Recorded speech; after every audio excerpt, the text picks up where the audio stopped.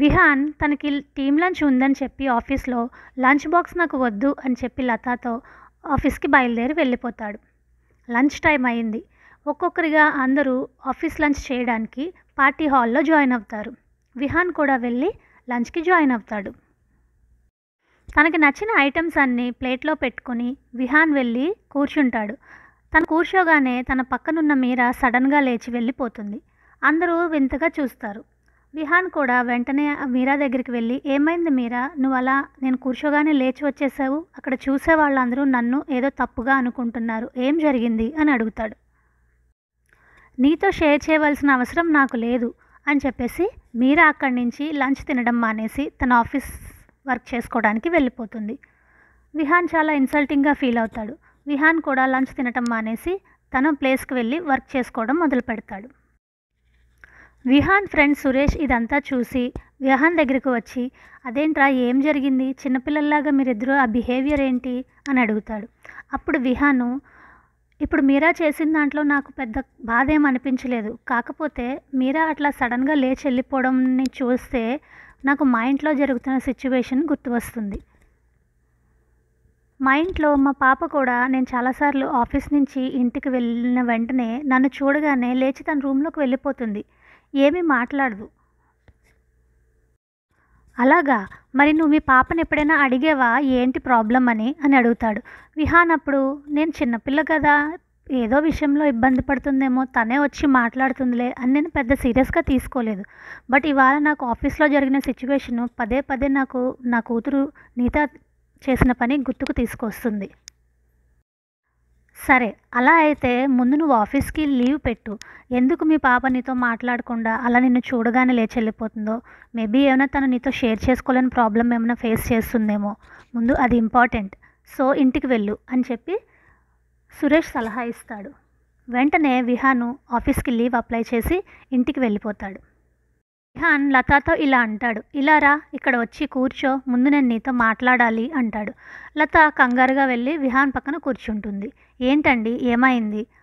అదే, నీత ఈ మధ్యకాలంలో ఏమైనా తేడాగా ప్రవర్తిస్తుందా, నీకేమైనా తన బిహేవియర్లో కొత్తగా వింతగా ఏమైనా అబ్జర్వ్ చేసావా అని అడుగుతాడు. అవునండి, ఈ మధ్యన నీత ఎందరితోని సరిగ్గా మాట్లాడట్లేదు. నేను ఏమడిగినా ఏదో తప్పదన్నట్టుగా సమాధానం చెప్తుంది. ఎంతసేపు తన గదిలోకి వెళ్ళిపోతుంది. నవ్వు ఉండదు, స్కూల్ నుంచి వచ్చిన తర్వాత డల్గా ఉంటుంది, మాట్లాడదు. నేను కూడా అదే గమనించాను లత, అందుకోసమే నేను ఆఫీస్కి 2 days లీవ్ పెట్టేశాను.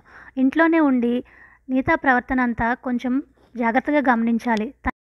నీత స్కూల్ కంప్లీట్ అయిన తర్వాత ఇంటికి వచ్చేస్తుంది సాయంత్రం. విహాన్ హాల్లో కూర్చుని వర్క్ చేసుకుంటూ ఉంటాడు. నీత విహాన్ని చూస్తుంది, కానీ ఏమీ అనదు. ఏం నానా వచ్చేసేవా అని కానీ, ఏదేంటి ఇంట్లో ఉన్నావని కానీ ఏమీ అడగదు. సైలెంట్గా తన గదిలోకి వెళ్ళి తలుపేసుకుంటుంది. డిన్నర్ టైం అవుతుంది. లత అందరికీ భోజనం వడ్డించి నీతాని పిలుస్తుంది. నీత, నేను ఇప్పుడు భోజనం చెయ్యనమ్మా, తర్వాత తింటాను అని చెప్పి జాయిన్ అవ్వకుండా ఉంటుంది. విహాన్ తన ఇంట్లో ఉన్న 2 రోజులు నీతాని అబ్జర్వ్ చేస్తాడు. అలా రోజు అబ్జర్వ్ చేస్తూ అలా ఒక వారం గడుస్తుంది. ఆ తర్వాత నీతాని స్కూల్ నుంచి వచ్చిన తర్వాత, ఇలా రా నీత, నీతో మాట్లాడాలి అని పిలుస్తాడు. నాన్న, నేను నీతో ఏమీ మాట్లాడను, నాకు స్కూల్ వర్క్స్ ఉన్నాయి, నేను వెళ్ళిపోతాను అని చెప్పి తన రూమ్లోకి వెళ్ళిపోతుంది. అప్పుడు విహాన్ కూతుర్ని దగ్గరికి తీసుకొని ఒక్కసారి ఇలా రా నీత అని చెప్పి కూర్చోపెట్టుకొని అడుగుతాడు. ఏమైంది నీత, ఎందుకు నువ్వు ఎప్పుడు ఒంటరిగా ఉంటున్నావు, గదిలోకి వెళ్ళిపోతున్నావు, మా అందరితో కలిసి భోజనం చేయటం లేదు, నీకేమైనా ప్రాబ్లమా, స్కూల్లో ఎవరితోనైనా గొడవ పడ్డావా అని అడుగుతాడు. అప్పటి వరకు నన్ను వదిలే నాన్న, గదిలోకి వెళ్ళిపోతాను అన్న నీత వాళ్ళ నాన్న అంత ప్రేమగా మాట్లాడేసరికి తన మనసులో ఉన్న బాధ అంతా ఒక్కసారిగా బయటికి ఏడుపు రూపంలో వచ్చేస్తుంది. నాన్నని గట్టిగా హగ్ చేసుకుంటుంది. నీకు అమ్మ నేను ఉన్నాం కదా, నీకు ఏ కష్టం వచ్చిందో చెప్పు, మేము దాన్ని సాల్వ్ చేస్తాము అని చెప్తాడు. నీత అప్పుడు ఒక్కొక్కటిగా చెప్పడం మొదలు పెడుతుంది. నాన్న, నాకు ఏం పని చేయాలన్నా కాళ్ళు చేతులు వణుకుతున్నాయి, మాటలు తడబడుతున్నాయి, ఒళ్ళంతా చెమటలు పడుతుంది, నేను చెయ్యాలనుకున్న పని చెయ్యలేకపోతున్నాను నాన్న అంటుంది. నువ్వు ఎటువంటి సందర్భాల్లో ఈ పరిస్థితిని ఎదుర్కొన్నావో చెప్తావా నాకు అని వాళ్ళ నాన్న అడుగుతాడు. అప్పుడు నీత, చెప్తాను నాన్న, మా క్లాస్లో సడన్గా డ్రాయింగ్ కాంపిటీషన్ పెట్టారు. నీకు తెలుసు కదా నాన్న, నేను చాలా బాగా డ్రా చేస్తానని. అట్లాగే కలర్స్ వేసి మంచి డ్రాయింగ్ వేశాను. కానీ అది ఇచ్చే టైంకి నా కాళ్ళు చేతులు వణకడం మొదలైంది. నా మనసులో ఇలాంటి ఆలోచనలు, ఏంటి నువ్వేం వేసావు, నీ చేసిందేమీ బాగోలేదు, నీకేం ప్రైజ్ రాదు, నీ పక్కన నా మనసులో ఇలాంటి మాటలన్నీ వినిపిస్తున్నాయి. దానికి ఫలితంగా నేను డ్రాయింగ్ కాంపిటీషన్లో ఆ పేపర్ ఇవ్వకుండా చింపేసి పడేశాను నాన్న. స్పోర్ట్స్ పీరియడ్లో స్పోర్ట్స్ సారు రన్నింగ్ కాంపిటీషన్ ఉంది, ఎవరికైతే ఇంట్రెస్ట్ ఉందో అందరూ వచ్చి పార్టిసిపేట్ చేయమని నేమ్స్ ఇవ్వమని చెప్పారు. కానీ నాకు మళ్ళీ అదే భయం మొదలైంది. నేమ్ ఇద్దామనుకుని లైన్లోకి వెళ్ళాను. కానీ నా మనసులో నువ్వేం విన్ అవుతావులే, నువ్వు చాలా వీక్గా ఉన్నావు, నువ్వు విన్ అయినా నీ పక్కనోళ్ళు నీకన్నా స్ట్రాంగ్గా ఉన్నారు, నిన్ను విన్ అవ్వనివ్వరు అని ఇలాంటి మాటలన్నీ నాకు వినిపిస్తున్నాయి. నేను భయం వేసి కాంపిటీషన్లో నేమ్ ఇవ్వకుండానే వెనక్కి వచ్చేసాను. నాకు ఫ్రెండ్స్తో మాట్లాడాలన్నా కూడా భయం వేస్తుంది. నీత చెప్పిన మాటలన్నీ తల్లిదండ్రులిద్దరూ విన్నాక వాళ్ళిద్దరూ ఒక నిర్ణయానికి వస్తారు. తను చాలా లో కాన్ఫిడెన్స్లో ఉందని, తనకి ఏది కూడా కాన్ఫిడెన్స్తో చేయలేకపోతుందని, ఎవరైనా ఏమైనా అనుకుంటారేమో, ఏమైపోతుందో అనే భయం తనని తినేస్తుందని అర్థం చేసుకుంటారు. అప్పటి నుంచి నీతాని తల్లిదండ్రులిద్దరూ ఒక్క క్షణం కూడా వదలరు. ఇంట్లో ఉన్నంతసేపు ఏదో ఒక పనిలో ఇన్వాల్వ్ చేయడం, తనతో మాట్లాడించడం, తనతో తప్పైనా పర్వాలేదు నువ్వు ఆ పని చెయ్యి అని చెప్పి తనతో ముందు ఇంట్లో చిన్న చిన్న పనులు చేయించడం మొదలుపెట్టారు.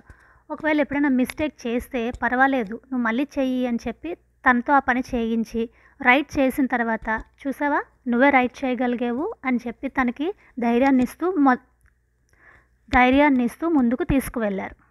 అలాగే తండ్రి తనని బయటికి తీసుకువెళ్ళడం, గ్రాసరీస్ కొనమండం, లేకపోతే వెజిటబుల్ షాప్స్ తీసుకువెళ్ళి ఏది బాగుంది అని అడగడం, తననే బిల్లింగ్ వేయించుకుని రమ్మనటం, నేను ఇక్కడి నుంచి ఉంటాను, నీకు నచ్చింది తీసుకునిరా అని చెప్పడం, అట్లా అన్ని పనుల్లోనే తను ఇన్వాల్వ్ చేసి తను ఏ పనైనా చెయ్యగలదు అన్న ధైర్యాన్ని తనలో నింపడం మొదలుపెట్టారు.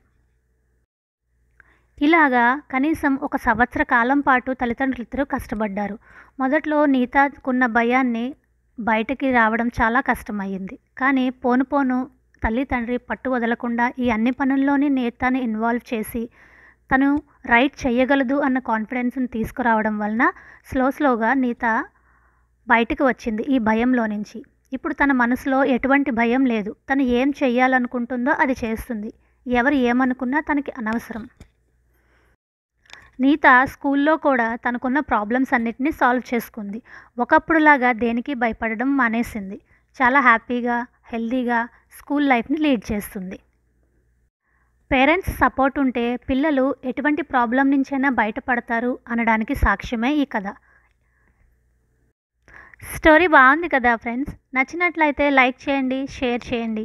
మీరు చేసే లైక్ నా ఛానల్ గ్రోత్కి చాలా హెల్ప్ అవుతుంది. Do like, share and subscribe. Thanks for watching.